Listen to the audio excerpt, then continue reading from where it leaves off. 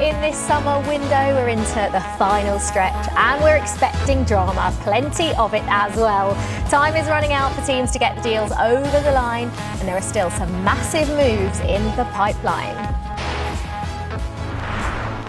A very good morning to you at home, and to former Wales, Swansea and Everton defender Ashley Williams joins us, and European football expert Andy Brassell is in the studio as well. Great to have you both with us.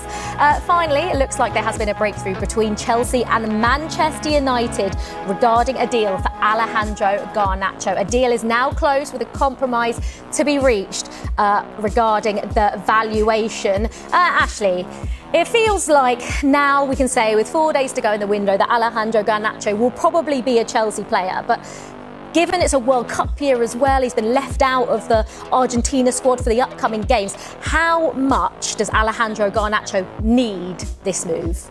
Yeah, he's desperate. I think he's made that clear from the start. He wanted to go to Chelsea. That was his preferred team.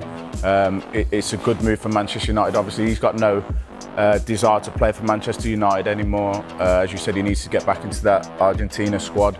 So that's where he wants to go. So if this move does go ahead and he gets into that Chelsea club, it's now down to him. I think it's time for him to start showing what he can do regularly, week in, week out. And he's got no more excuses. He can't say he's unhappy, because this is exactly what he wanted.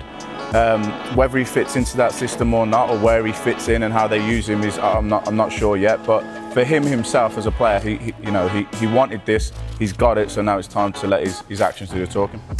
Andy, is this a risk for Chelsea in any way, given the situation Alejandro Garnacho finds himself in at United? I mean, it's less of a risk than if they'd have paid what United actually wanted, but it's still a risk, definitely, because the potential has been obvious for a while.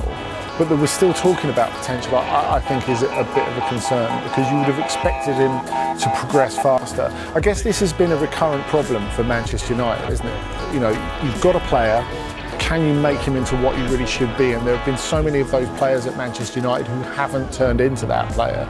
So now the onus is on Maresca, is on his team, is on Chelsea to make him into what he should be. But they've clearly been looking for that wide player for quite a long time.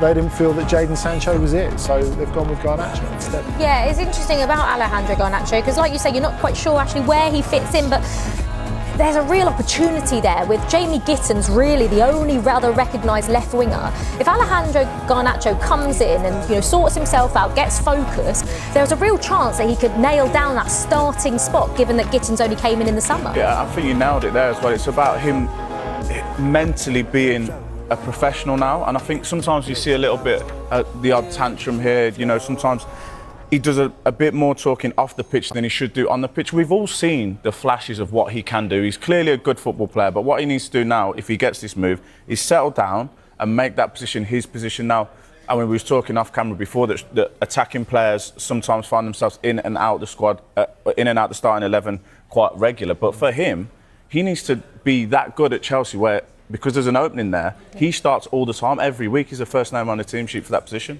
But is like we say about the risk, what happens if Alejandro Garnacho doesn't nail down a starting space and he finds himself on the bench at Chelsea? Are we then in the same position that he was in at United, or do you think it will be different? Well, maybe. Look, I think Maresca is pretty much... He demands players to give everything off the ball. And that has been, I think, one of the major problems with Garnacho.